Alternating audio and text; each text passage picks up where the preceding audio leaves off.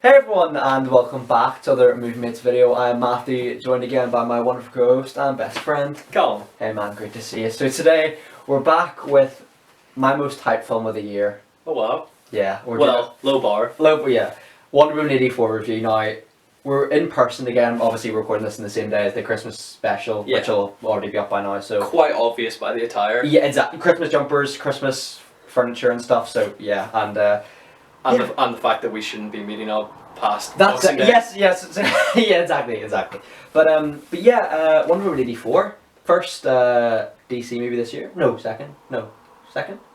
Birds of Prey. Yeah, Birds of Prey. Yeah, I completely forgot about that. It feels like a year ago.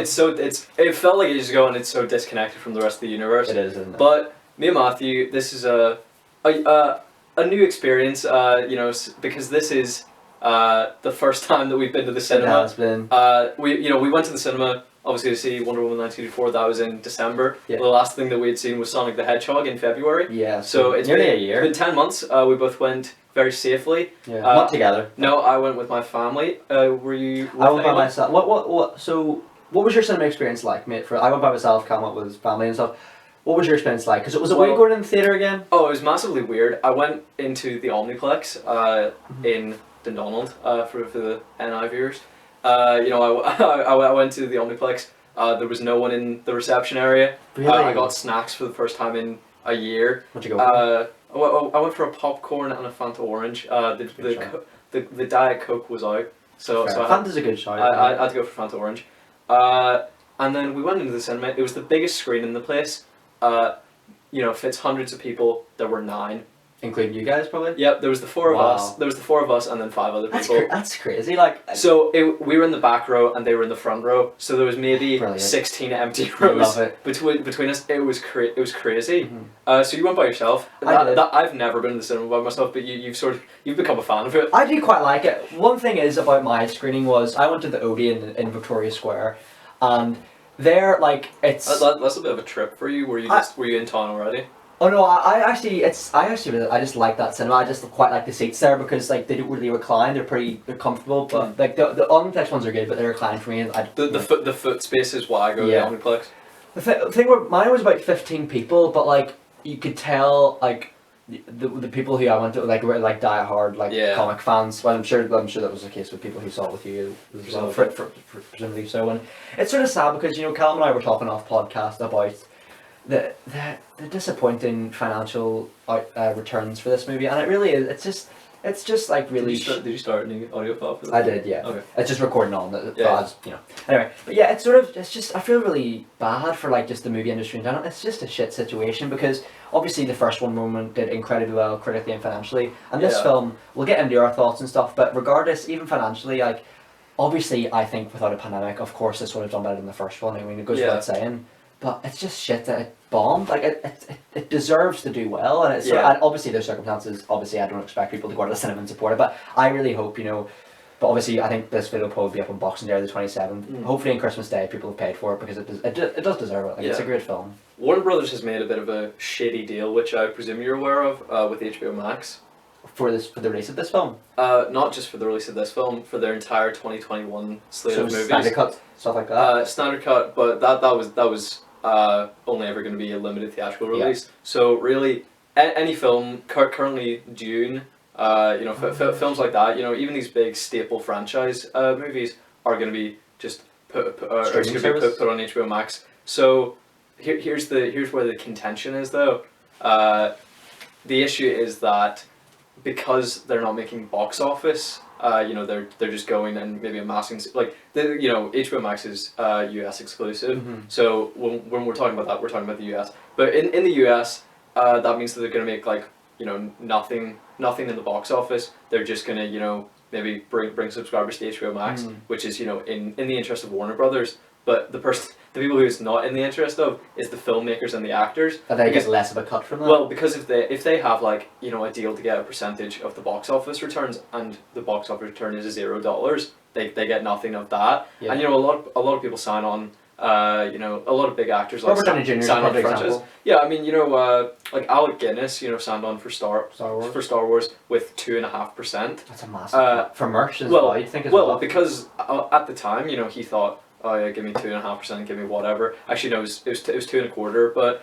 It was because no one thought it would do well. Yeah. If they'd known they had done that well, they never would have given that big a percentage of that much money. Yeah. But Warner Brothers has pretty much snaked out, all the creatives of getting a huge amount of money, and Patty Jenkins and Gal Gadot were both paid off $10 million to support the initiative. Like apparently they were given like a $10 million payday to actually promote it and say this is a great opportunity.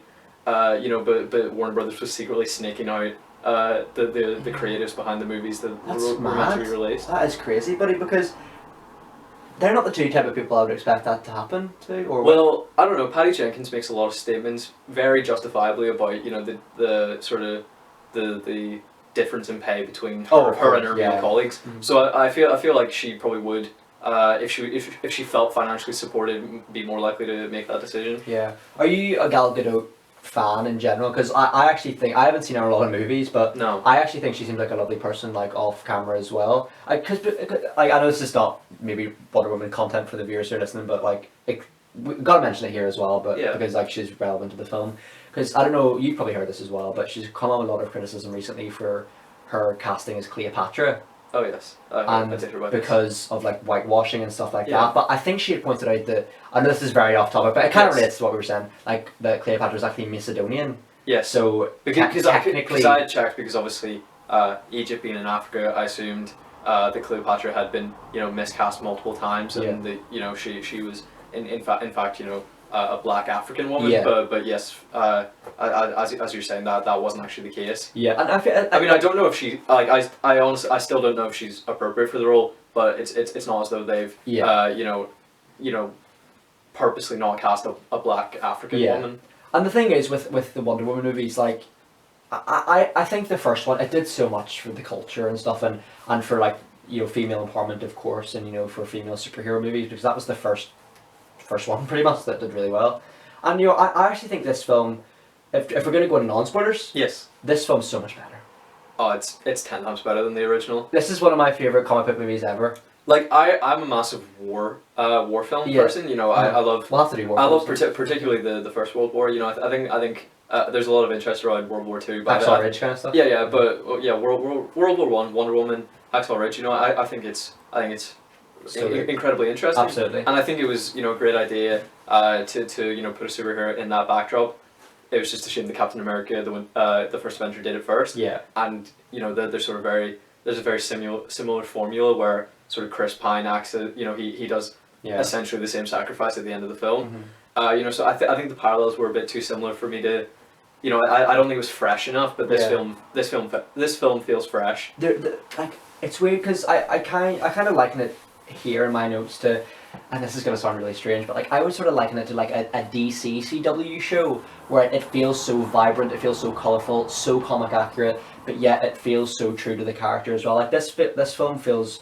I said this to you off podcast a few days ago, where in the first film it felt like Wonder Woman, but in a human universe. This one feels like Wonder Woman in a DC universe. Yeah. Because it's so vibrant, and of course the villains might not be particularly comic accurate. We'll get into that maybe in spoilers, but for me, I think this film feels like a different director. It feels like different everything, and that's not a bad thing. I think I obviously credit to Patty Jenkins for what she's done for the first one and this one as well. But it feels so different. I've never really seen two films that have come out so close together, a matter of years, but feel so different, but have the same production. And how well she did directing this film makes me really excited for her new Star Wars film, Rogue Squadron. Absolutely. Although she said that she's been working on production for that film for many years now, but it's still not coming out until 2023. Really? Do you think it's ready to go, but Disney recognized that people had such massive issues with the sequel trilogy, they want to give it a bit of a break? Maybe keep a wild birth of it or something, something like that. But it's interesting because I think here the one actor who I didn't expect, I'll give you two actors who I didn't expect to be good here are my two favourites, Kristen Wiig and Pedro Pascal. So good. Yeah, really good. Pedro Pascal, I've loved him in everything I've seen him in. I like him in Narcos. You haven't seen The Mandalorian just yet? No. He's incredible. I thought Kingsman. I like him in the Golden Circle. I thought he was really vibrant, funny. Here he's next level. Kristen Wiig, I thought was a huge red flag. I was like, I'm gonna Did she surprise this. you? She surprised me massively. I've seen Bridesmaids.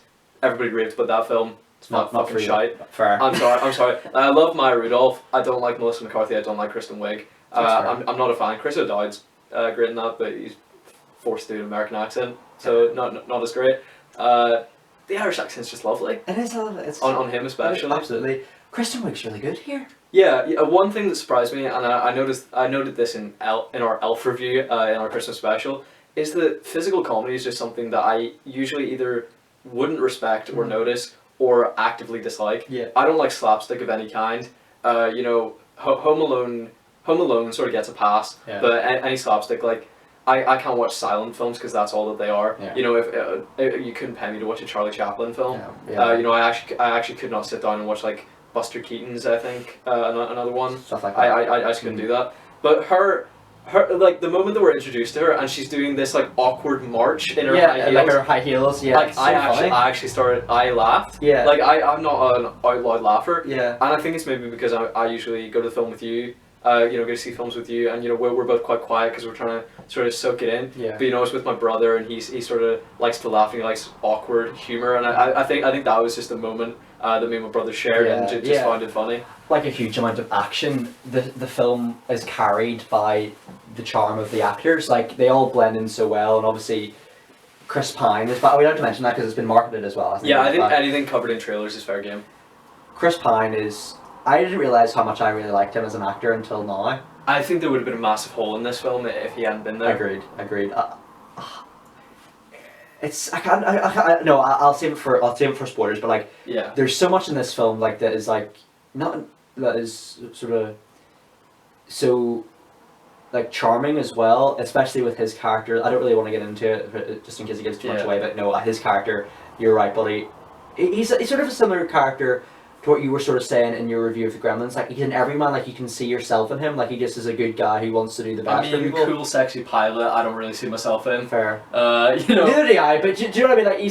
Like he's just a nice. Like he obviously he's a nice guy as well, and he's just one of those lovable characters who, I'm glad they brought him back for this because, like you said, there would have been a hole in like the film in regards to humor and just overall charm and charisma. I think my thoughts on him are fairly spoilery, so I'll deal with that. But I'd sort of seen. I hadn't watched her review, but Grace Randolph, Beyond the Trailer on YouTube, I saw in her Timecodes that she had likened Patty Jenkins' direction of this film to Richard Donner with his Superman franchise. And I think that's immediately apparent. I think it sort of goes away less and there's a bit more uniqueness to the rest of it. But in the opening scene where Wonder Woman is just saving lives in the mall, I think that's incredibly Superman 78. Have you seen those films? I've seen parts of the first one. Yeah, I mean, it's... I get the vibe of it. It's wholesome, he does it with a smile. I was watching the first one the other He's saving children and making sure that he doesn't harm people as much as possible. Yeah, I think for me I do think Grace Randolph's right, but that comparison is more for me in the first Wonder Woman film. I think here Patty Jenkins feels a lot more comfortable to do what she wants with the character, and it's weird because not a huge amount happens in this film, but what does happen, like there is a lot of things that I think Wonder Woman fans and DC fans will be excited about. So I'll save it for spoilers. But in regards to sum up my non-spoiler thoughts, I mean. The score is obviously incredible. This one's directed by Hans Zimmer, I think, instead.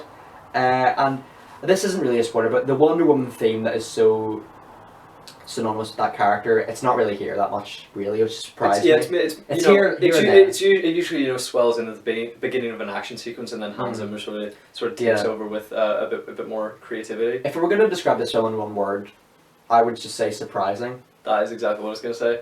Massively surprised, based on the first one and the delays. And the sort of rumblings and rumours I had heard about it, which turned out to be not necessarily incorrect, but definitely they didn't go with those ideas.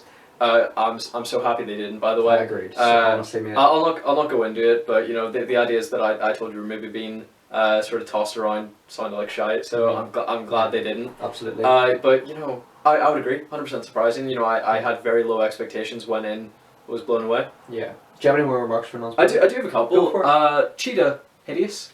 Agree. CGI's shit. The CGI is garbage. My dad said right after that he enjoyed the film, but that it was a fun mess, and he said she looked like she stepped right outside of Cats. So Yeah, I feel like that's I right. feel like it's a fair comment. That's it's not fair. an original comment, Harry, but you know, It's fair. fair. Yeah, fair no, I'd say. I agree. You know, I think That's where her character goes down. It just looks unfinished.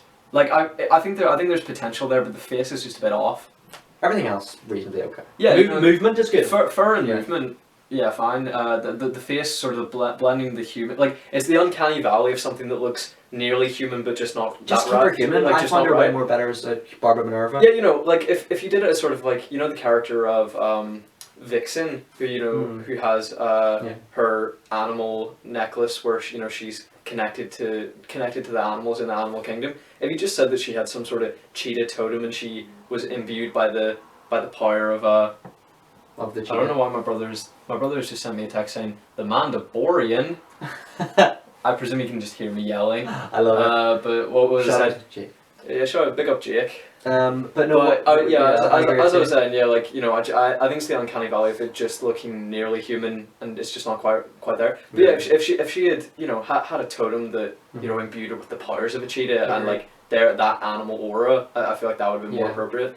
For me, I'm so glad the film doesn't get bogged down with Themyscira stuff again. You have no idea how glad I am that is left for the start of the movie. Like, it kind of surprised me how little it is in it. Yeah. Actually, but I'm so glad. That was the worst part of the first film. Agreed. But one thing that I sort of noted that I don't think we really mentioned in our review of the first film, which was very early on, so probably over a year ago. Probably not some of our best reviews. Over a year ago. Yeah, way over a year ago. Nearly 2, if coming to March. It is nearly March. Sorry.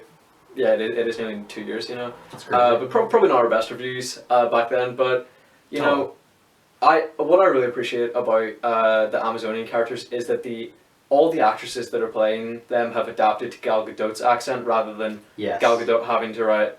I keep saying her name wrong. It's Gadot. But I'm not. I feel like that's too. It's a nice name. It's a lovely name. I mean, it's not like. You know, I don't think it's, you know the way there's some names where it's like disrespectful if you get it wrong. Mm-hmm. I mean, it's a fake name. Like she didn't make it up. Her parents did, but like that's not her parents' surname. You know, but it's like David. We can't say it in our accent. David Bowie. David Bowie. You know, I like we can't say that because. Bowie. So we have to say Bowie, but that's not disrespectful because that's not his name. Yeah. So you know. Yeah, that's true. I know what I mean. Can you like? Because if we say Bowie, that's still incorrect. Bowie makes me sick. But we can't. I can't do that to myself. No, I can't. We'll stick with Bowie, will we? I physically can't make myself do that. But you know, I really like that because you know it sort of gives this. It gives the Amazonians like sort of this rich heritage that you're not just like why are you speaking in an American accent, and you know it does have the you know the distant island feel of sort of a community that has existed but isn't like because if you would think they're not connected in any way to popular culture, they don't know what's happening outside of their little bubble. I think that's so interesting. They obviously wouldn't have Americanized accents, so it has a real world feel. I agree, 100%. Love what you said there.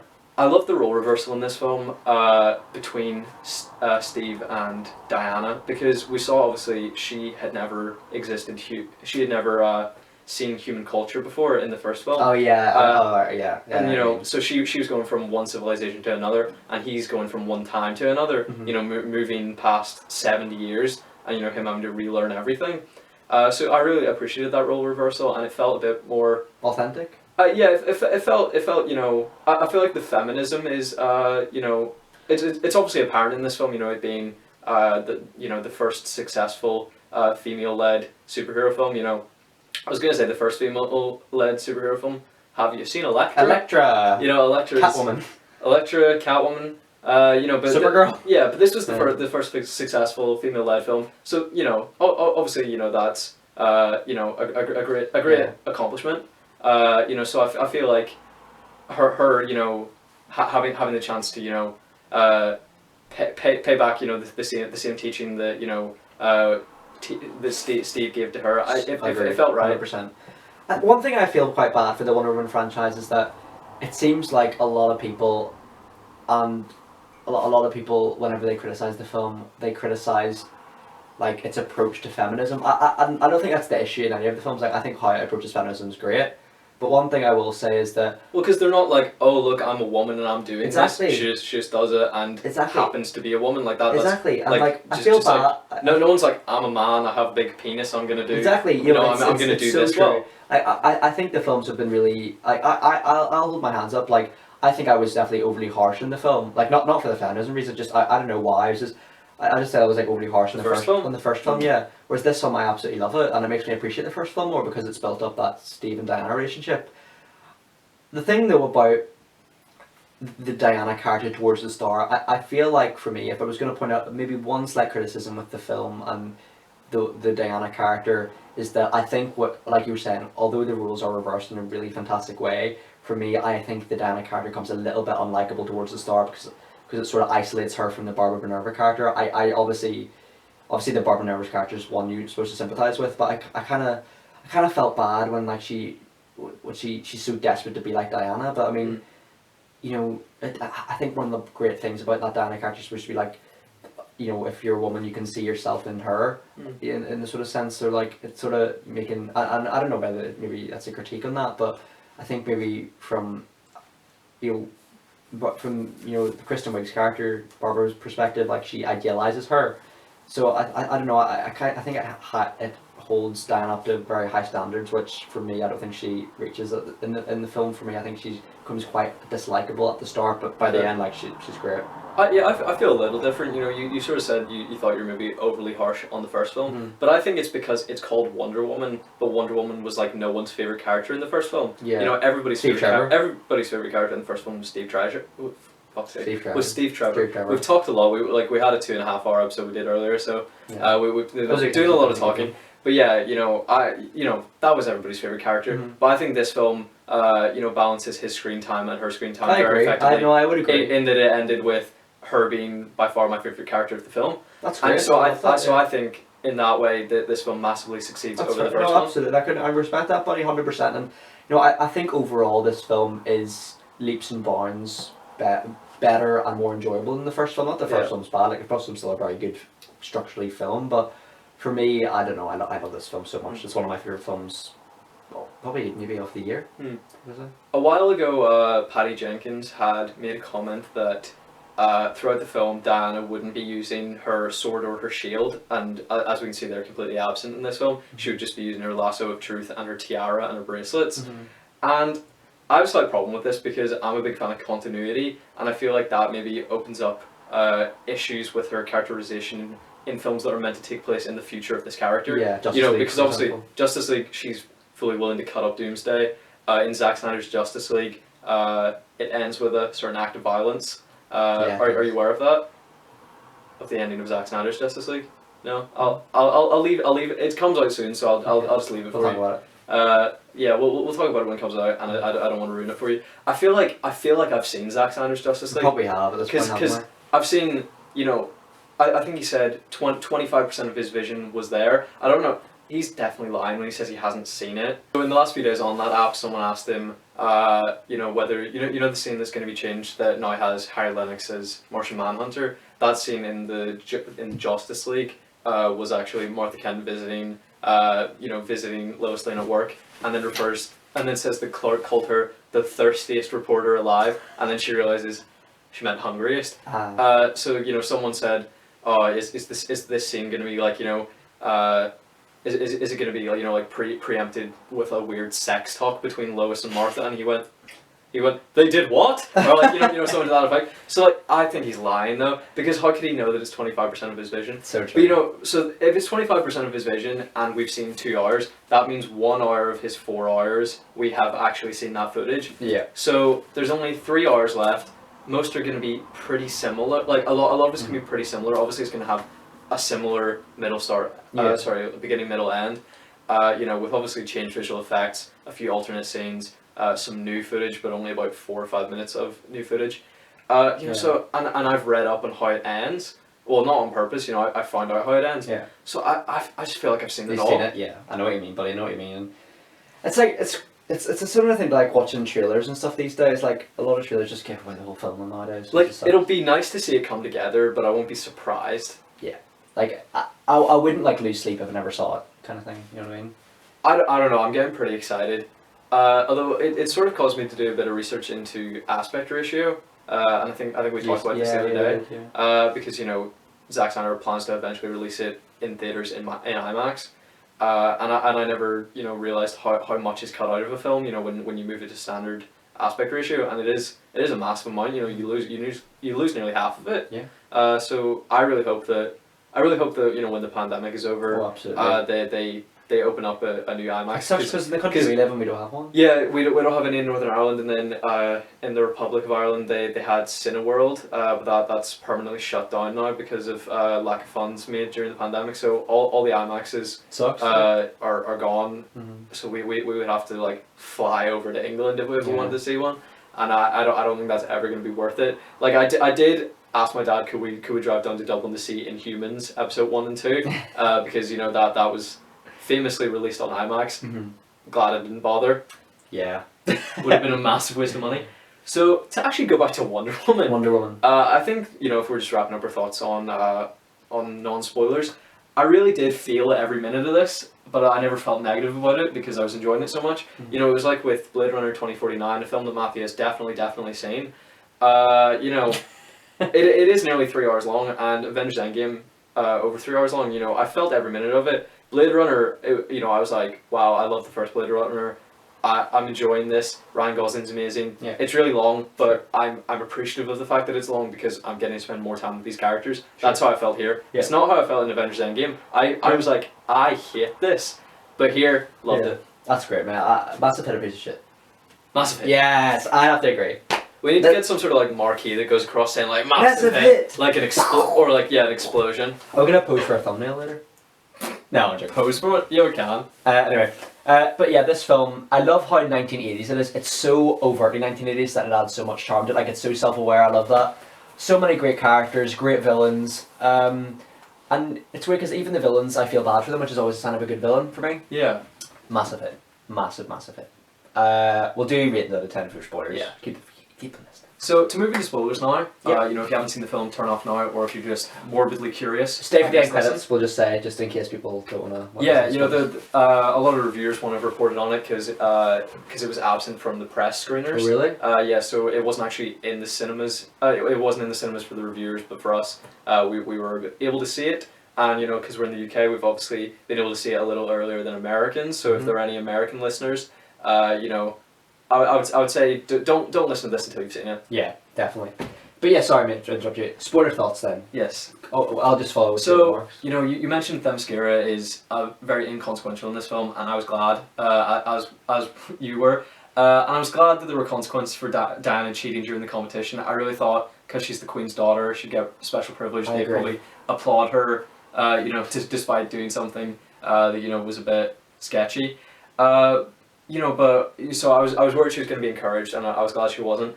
But how do you really think that message applied through the film? Because it was like, it was a message of you not being ready to be a success yet, but that doesn't really carry over, at least for Wonder Woman. I was just curious, like how do you think that carries over? I mean, it sort of parallels Maxwell Lord and him, sort of being unsuccessful in business and sort of taking immoral routes to achieve his end goal. Yeah. But then I don't know, that's not typical for a narrative where you teach the lesson to the wrong person. Put it this way, I'm glad they showed the repercussions for that. Yeah. To be honest with you, and I think it maybe added to my disliking initially for Diana, although that goes away by the end. Yeah. Because I mean, she is a child visibly, but she's probably decades old. Yeah. So we can judge her. We can judge. Yeah, exactly. But no, I think it was a very good opening scene. But yeah, it was nice to see for a change, Diana have limits on Themyscira, as you said, the Queen's daughter. Yeah. So it does seem like they just contracted Robin Wright for a sequel, and then because they killed her, they had to shoehorn her in. Yeah. That's exactly what it felt like. Now, for me, buddy, I think the thing that surprised me most is to have a plot. Here's what I'll say.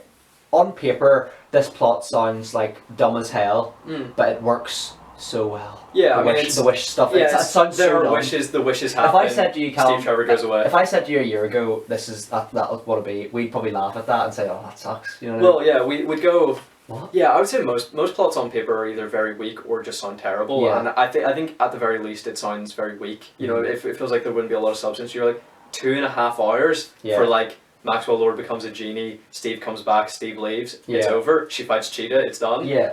it works so well here for me, and it kind of got me thinking. You know, we see that, you know, Maxwell Lord, we see unsuccessful businessman. I really thought that was a really interesting route to take that character. I don't know much about the character, but I like the way it sort of it made me feel sympathy for him because I know him with his son and stuff like that. So I mean, it's close enough. You know, he's like sort of a. It's a very Maxwell Lord type plan. Yeah, you know, he is like, you know, an immoral businessman who you know, funds certain facets of the Justice League, and he sort of took an evil turn, and he has psychic powers that are, you know, a bit vague. So here, you know, taking it from psychic to wish granting, it wasn't too big a stretch from comic adaptation. I actually felt bad for his character. Like, I actually really liked him. Yeah, massively. I'm gonna ask you, like, at a point, you know, whose fault you think the situation is, but I agree with you. I definitely felt sorry for him. It kind of got me thinking, buddy. What would be your one wish?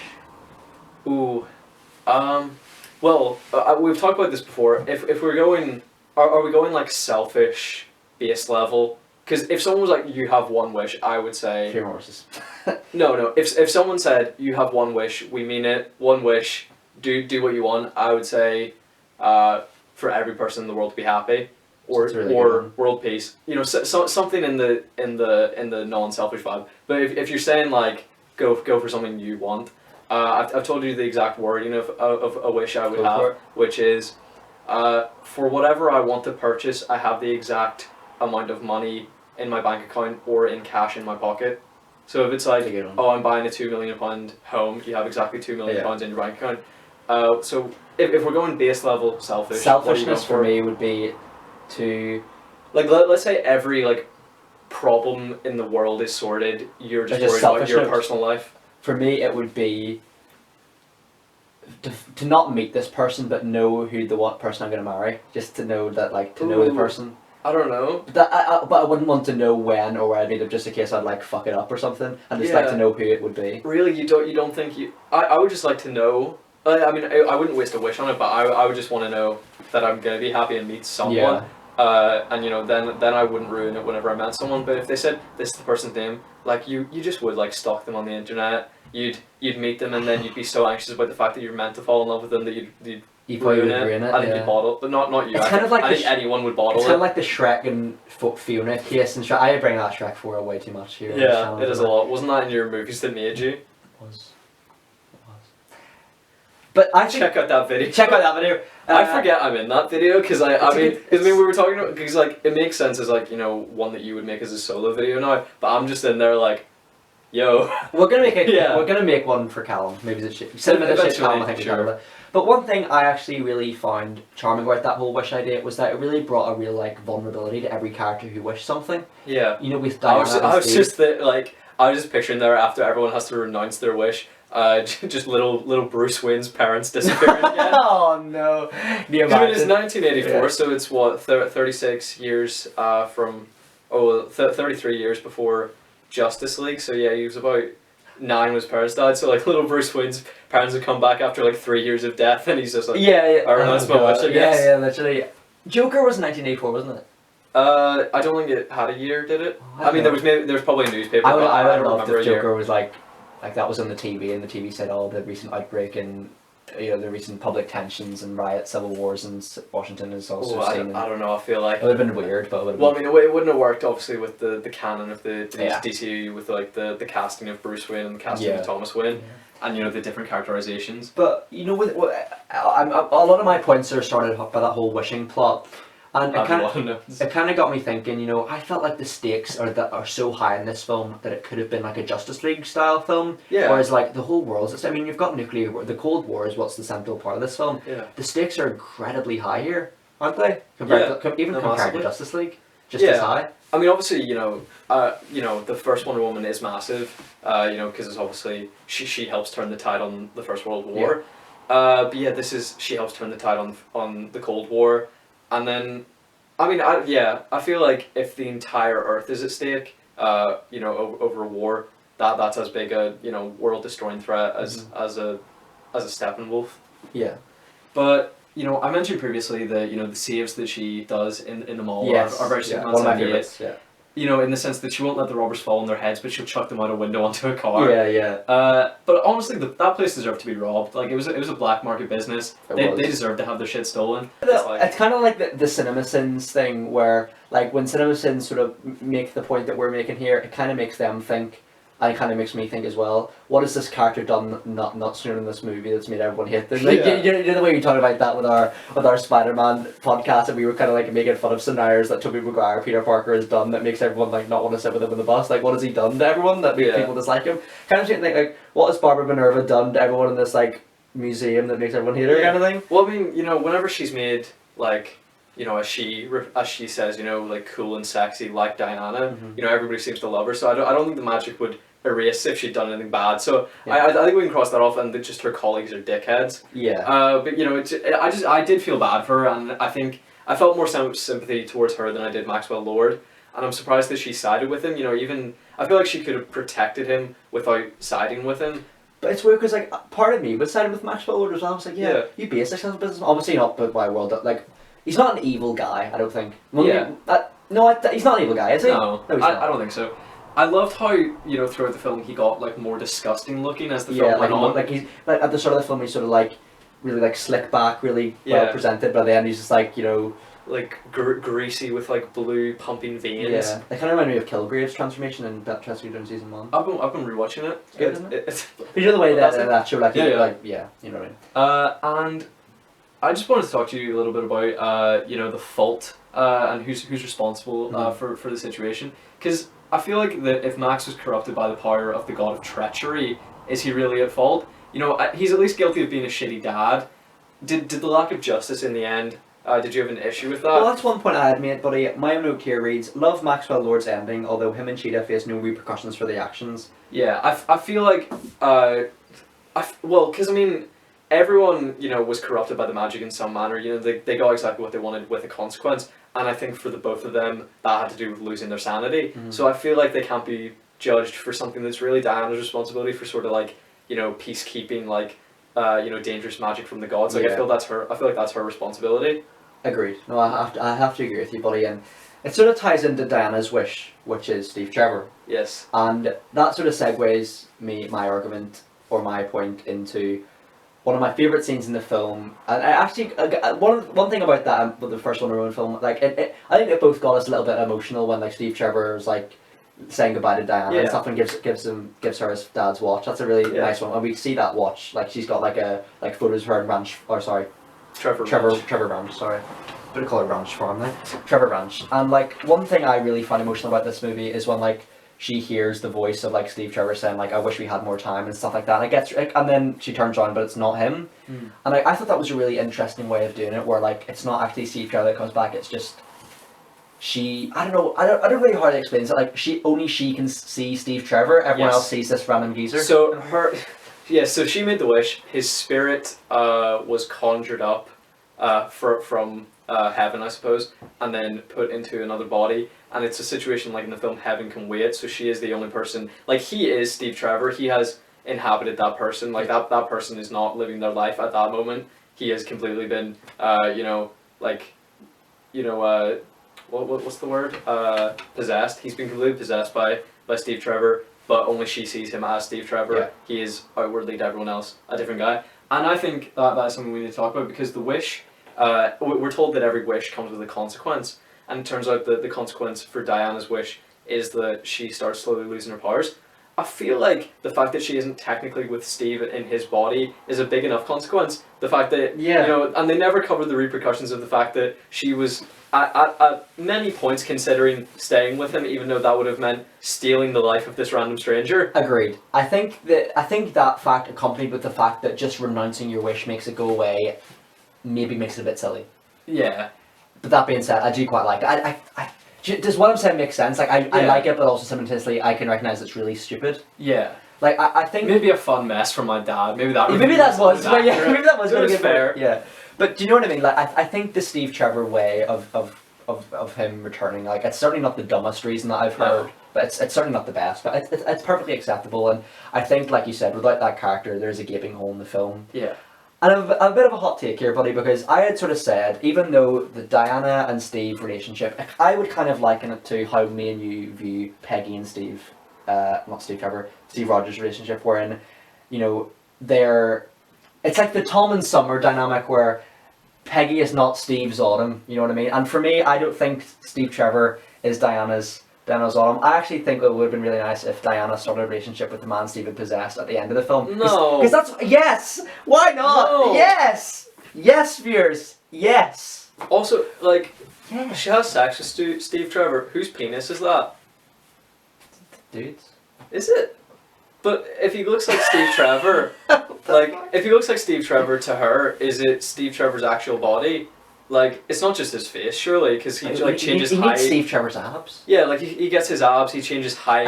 Presumably that's And Steve hair, Trevor's and hair dick. as well. Yeah, but No, are you not agreeing? No. no, I'm not agreeing. Of course not. Callum, no! No, I find it the complete opposite. You know, Okay, fair enough. I felt a bit glassy-eyed, you know, at the goodbye between her Me and too. Steve Trevor. You know, when Me she too. says that she renounces her wish and says, you know, I love you, He's I'll like, miss I'm you. already gone. Yeah. I was a little bit emotional. I was a bit How emotional. did that work in that situation? Because that really bothered my madness, and I was like, what happened there? Well, you know, she renounced her wish, and then, you know, she didn't want to watch him leave, but then I assume his soul was returned to heaven, and then the guy was able to go about his life.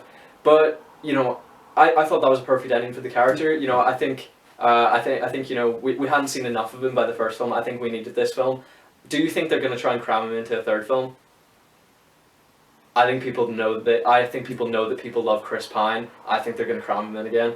What, like his son or something? Or like his No, brother? I think it's going to be Steve Trevor again.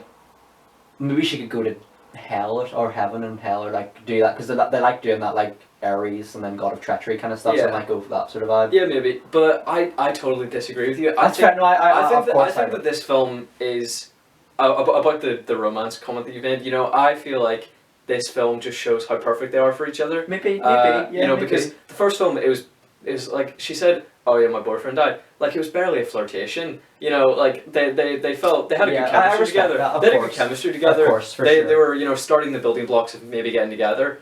He wasn't your boyfriend. You know, but good on you. Like whatever. Like, do you think? But you know, they started the relationship to some degree. Yeah. But I think this film cemented it, and I was devastated when he was agree. gone. No, But I I feel like this film built that romance so effectively and then took it away that they no longer can have her be in love with Do you anyone else. think so? She says, Mm. you know, I'll never love again, and he says, I hope that's not true. But I just feel like she I can't. sometimes think, like, with that final message, why include that last scene when that guy comes across in the snow? Like, why include that scene? It's such a random scene to have in there, isn't it? Do you not think so? No? I don't know. Maybe it was to show that he was still living a good life and she hadn't ruined. Do you think it's him like, by, don't forget about that character kind of thing? Yeah, maybe. But you know, it's such a weird scene to put in there, though, in my opinion. because I'm a massive fan of the animated shows, and there, you know, there was a heavy sort of like wink about, you know, the flirtation between Batman and Wonder Woman, and that's something that I've always wanted to see in live action. And I thought in Justice League, Gal Gadot and Ben Affleck had a really good chemistry. Agreed. And I think that had a future until I saw this film, and now I really respect that though. I love what you're saying, I mean, as well, because like I can definitely understand where you're coming from for there, because like I think even Chris Pine and I didn't really expect Chris Pine and Gal Gadot to have as good as chemistry as they do on screen. Have you seen that clip online where like they're at an interview and like she's like, "You're so funny, Chris." Yeah. Who wouldn't be? I mean, yeah. Yeah. He have you seen the Star Trek films with him? I have, yeah. He's good, isn't he? Yeah, no, he's. I think he'd just- make a good Green Lantern. Oh, I think. So, So, I think he could bring it back as Green Lantern. That's a Oh, they could bring him back as a Black Black Lantern. Lantern. Yeah. Because you know that's the ring given Heard to it here dead first. people. That's it. Yes. One thing I will say in relation to comic book, my lace is on. I'll say this is when it contaminates. One thing I'll say in relation to comic book resemblance and comic book nostalgia is that we see the invisible jet and the power of flight being introduced here. And the flight, it's very Superman, isn't it? Yeah, and that obviously causes some inconsistencies with the films that are set in the future. Yes. But with the invisible plane, massive nostalgia for that. It was amazing. That scene with the fireworks was incredible, wasn't it? Yeah, it was. I think that was Best scene in the movie, one of them. It was definitely one of the best scenes in the movie. I think Yeah. so, and lucky for them, it was you know, it was a jet that was not meant to be flown, but fueled for their convenience anyway. You love to see it, mate. You really do. You love to see Lucky it. break. Lucky break. No, literally. I mean, they go, ships on the runway. Maybe don't fuel them up if you don't want that to happen. Yeah. Like, they're meant to be a museum, and they're like, yeah, just in case. What do you think happens to Maxwell Lord? Do you think he goes to prison? I mean, what crime can you charge him with? Yeah, I mean, there's no legislation for that. You'd think. Yeah, you know, like all he had was, you know, the power of persuasion, and you know, everyone made their wish. Like, well, everyone on that TV broadcast knew what they were doing. You know, a lot of them, you know, he sort of manipulated people into making wishes that benefited him. But you know, when it came to you know, the live broadcast, a lot of those people made those decisions selfishly, and you know, have to deal with the consequences. So I feel like, you know, a lot of people are responsible for that damage as much as him. Also, you know, he did no research into, you know, the consequences for it, so he didn't know how things were going to happen. I think he's so ill by the end of it, he's completely oblivious to that. He just loses sanity. Yeah, you know, so I think I don't think he's to blame, and I don't think he should be I felt bad imprisoned. For him. Maybe not bad. I know it is. I feel bad. Would you have preferred a clear-cut bad guy? No, because I think Pedro Pascal, like I'd heard, and I know, like, maybe this, I don't know where this comparison came from, whether it was you or other sources, but I you know, a few people in articles and stuff had said, like, this is like the Trump-esque character. Yeah. But I mean, he's far more likable than him, isn't he? Yeah, I mean, Trump's never done anything funny in his life. Yeah. But like, this guy is not intentionally. Yeah, this guy, you know, even with his, like, you know, I mean, it's either that it's Pedro Pascal, the actor, making the character funny, or that the character is funny and was scripted as such. But I'm also a little bit scared of him at the same time. Like, he seems like he could, like, switch like that. Yeah, like, he seems unpredictable. You know that he'll do anything to get what he wants. You know, he has sex with Barbara on her desk in order to steal to steal the wish stone. So you know he'll do what he has to get what he wants, including neglect his children. Yeah, apparently so. One thing I will say here about this movie is that I think his character, I would love to see him return.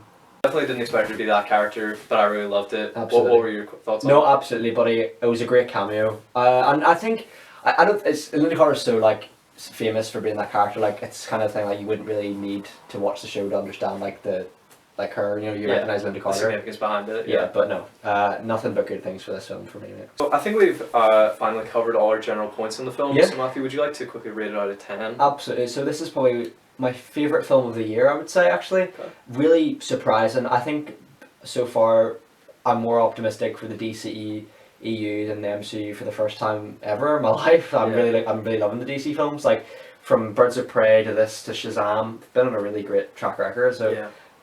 10 out of 10. I loved it. Fantastic. What do you give it? Yeah, I agree. I think this is definitely up there with the best of the year. It's definitely my favourite Wonder Woman film.